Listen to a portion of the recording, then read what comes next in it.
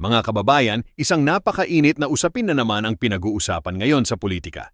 Ayon sa mga ulat, nakatakdang ihalal ng mayorya si Senate President Cheese Escudero bilang presiding officer sa impeachment trial ni Vice President Sara Duterte. At dahil dito, hindi maiwasang magtanong ang maraming Pilipino, bakit si Cheese?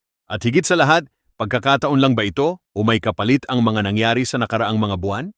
Hindi lingid sa kaalaman ng publiko na marami ang nakapansin sa tila pagbabago ng posisyon at alyansa sa loob ng Senado. Kaya naman para sa mga taga-suporta ni Vice President Sara Duterte, may pangamba na baka hindi na patas ang laban bago pa man magsimula ang paglilitis.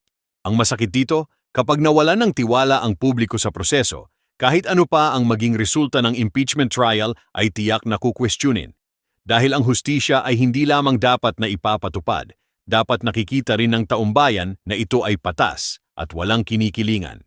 Ngayon, may mga nagsasabi na normal lamang ang pagpili kay Cheese Escudero bilang presiding officer at totoo naman, bahagi ito ng proseso. Pero ang tanong ng marami, bakit tila iisang direksyon lamang ang tinatahak ng karamihan sa Senado pagdating sa usaping impeachment? Para sa mga Duterte supporters, hindi nila nakakalimutan na ilang beses nang naging sentro ng mga kontrobersya ang mga hakbang na may kinalaman sa impeachment laban kay VP Sara. Kaya natural lang na maging mapagmatsyag sila sa bawat galaw ng Senado. At kung tutuusin, hindi lang ito tungkol kay Sara Duterte.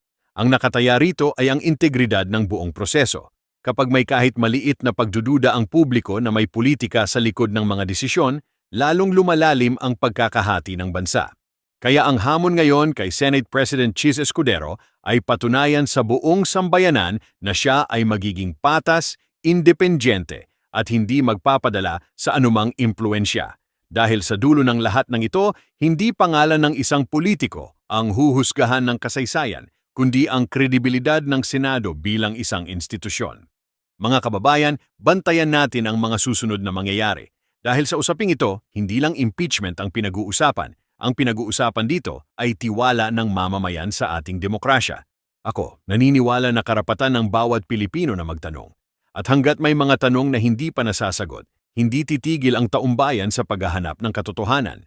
Ano sa tingin ninyo? Pagkakataon lang ba ito o may mas malalim na dahilan sa likod ng pagpili kay Cheese Escudero? I-comment ang inyong opinyon at huwag kalimutang mag-like, share at subscribe sa Pinoy Trendline TV.